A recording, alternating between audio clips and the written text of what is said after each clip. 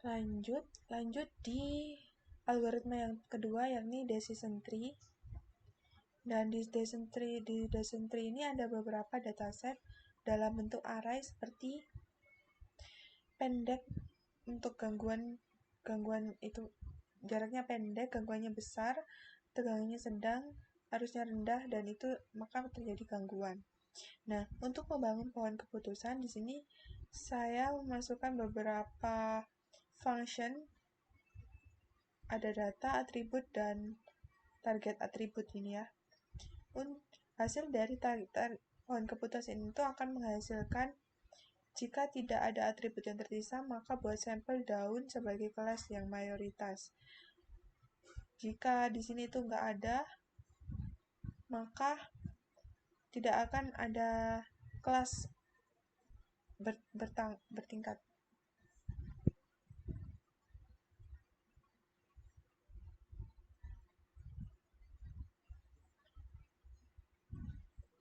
Kembali lagi untuk di decision tree. Jadi di sini itu ada beberapa dataset dalam bentuk array seperti ini. Lalu buat algoritma pohon keputusannya itu seperti ini. Dimulai dari function, dan di dalam function itu ada data, atribut, dan target atribut.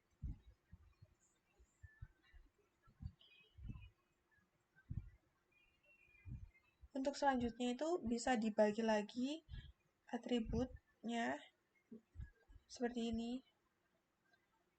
Lalu akan ada hasilnya seperti ini. Bagi dataset menjadi nilai dalam atribut tersebut. Di sini ada, jika subnet kosong, simpul daun kelas mayoritas, jadi diprioritaskan. Nah, kalau dalam ini itu array-nya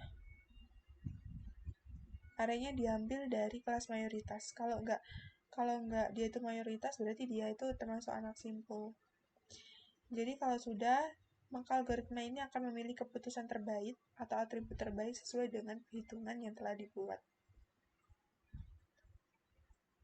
Seperti ini. Mungkin bisa kita coba dari semuanya ini ke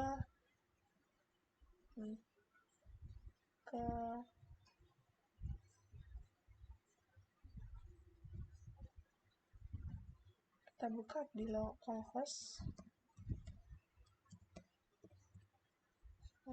slash, kita cari dulu ini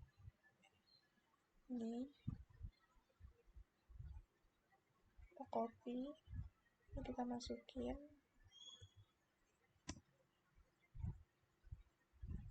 Jadi hasil dari decision tree yang telah dibuat adalah sebuah keputusan seperti ini.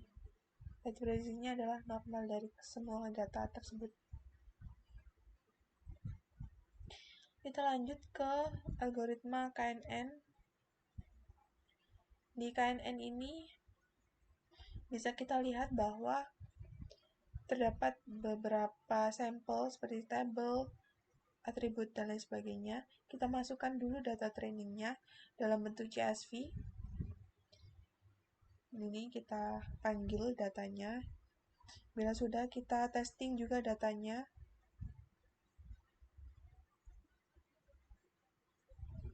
Testingnya sudah berhasil, kita klasifikasikan untuk datanya. Bila sudah, ini untuk HTML-nya seperti ini. Jika sudah, maka kita buka untuk yang KNN, hasilnya akan seperti ini.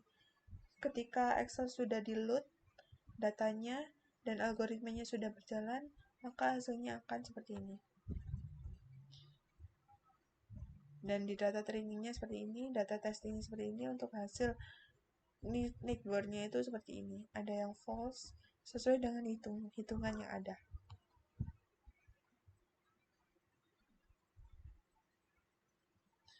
Lanjut kita masuk ke algoritma FindS, di mana algoritma FindS ini algoritma yang paling dasar, paling awal, berisi datanya itu cerah, datasetnya itu cerah. Bila cerah, angin normal, maka akan pelan gitu ya. Maka untuk algoritmanya adalah seperti ini. hasil sama dengan data untuk kita hitung datanya terlebih dahulu. Jika ada pertanyaan, maka jawabannya tidak diketahui. Seperti ini mungkin untuk PNS. Lanjut kita coba ke hasilnya. Sedata cerah normal. Cerah normal. Jawabannya iya sesuai data. Kita coba untuk hujan tinggi. Jawabannya tidak sesuai dengan data yang ada. Lanjut kita ke berikutnya.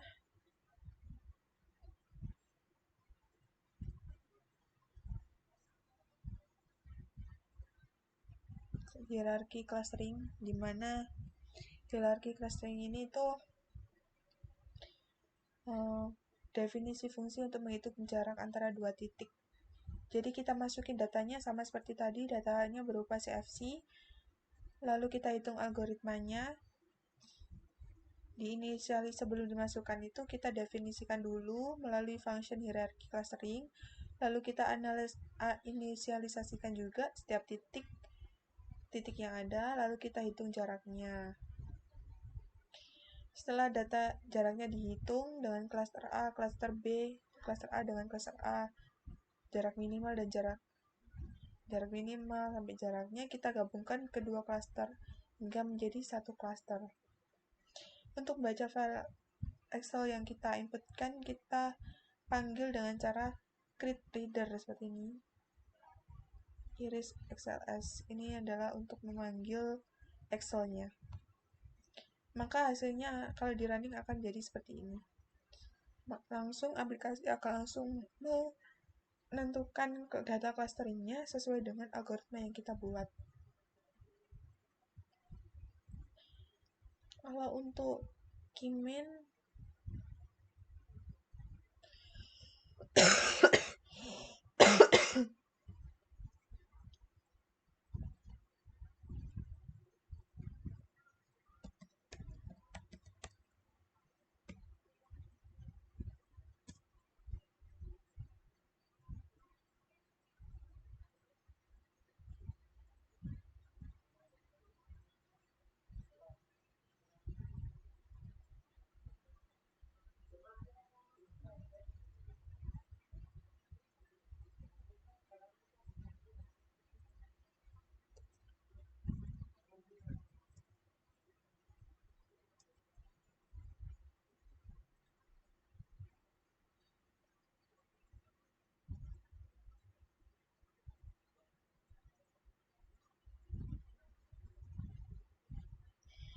Nah, untuk data Keymin ini sendiri, kita definisikan fungsi untuk menghitung jarak dua titiknya dulu.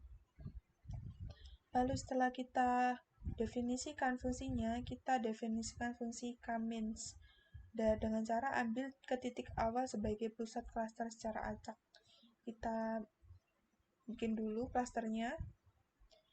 Kalau sudah bikin klasternya, kita masukkan setiap data ke klaster terdekat. Jadi dengan cara itu hitung jaraknya berapa. Kalau sudah, hitung ulang pusat klaster. Jika tidak ada di dalam klaster, tetap gunakan pusat klaster sebelumnya. Jika pusat klaster tidak berubah, berhenti iterasi. Sama seperti tadi kita menggunakan file Excel dengan pembacaannya itu kita load dulu datanya, data resmi ini. Ambil data dari setiap sel, kita ambil datanya dulu. Worksheet di sini get raw iterator ini. Jumlah klasternya berapa, kita tampilkan hasil klasternya. Untuk hasil algoritmanya bisa kita lihat di sini, maka aplikasi akan langsung membaca file Excel yang telah kita masukkan ke dalam program. Sekian presentasi dari saya. Bila ada kesalahan kata mohon maaf, saya akhiri. Wassalamualaikum warahmatullahi wabarakatuh.